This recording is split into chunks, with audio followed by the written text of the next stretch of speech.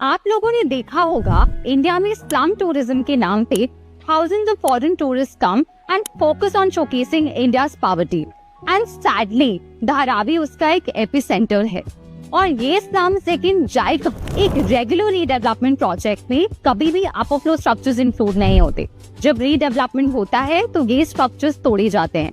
जब इन लोगों के घर टूटते हैं ये यही स्लम्स कहीं और बनाते हैं। ये साइकिल रिपीट होता रहता है और इसी वजह से इंडिया आज तक कभी भी स्लम फ्री नहीं हो पाया है।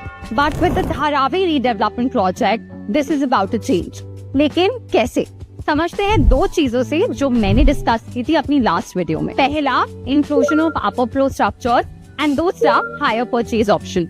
जिससे पहले हम इनकी डिटेल्स में जाएं, उससे पहले मैं आपको एक चीज बता दूं कि इस रीडेवलपमेंट में कंसिडर होने के लिए residents of Dharavi would have to submit some documents, जैसे कि Aadhaar card, electricity bills and ground floor के ओनर का एक एफिडेविट और ऐसे ही और कुछ documents.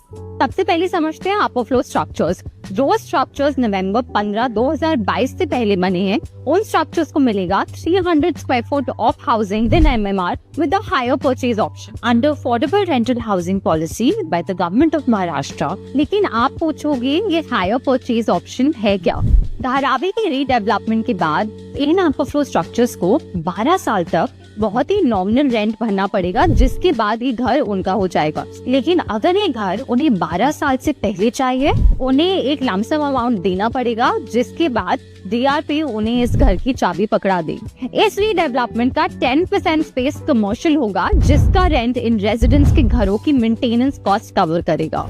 This project is not just an infrastructure development, it is a socio-economic transformation that will have schools, colleges, open spaces, hospitals and a lot more.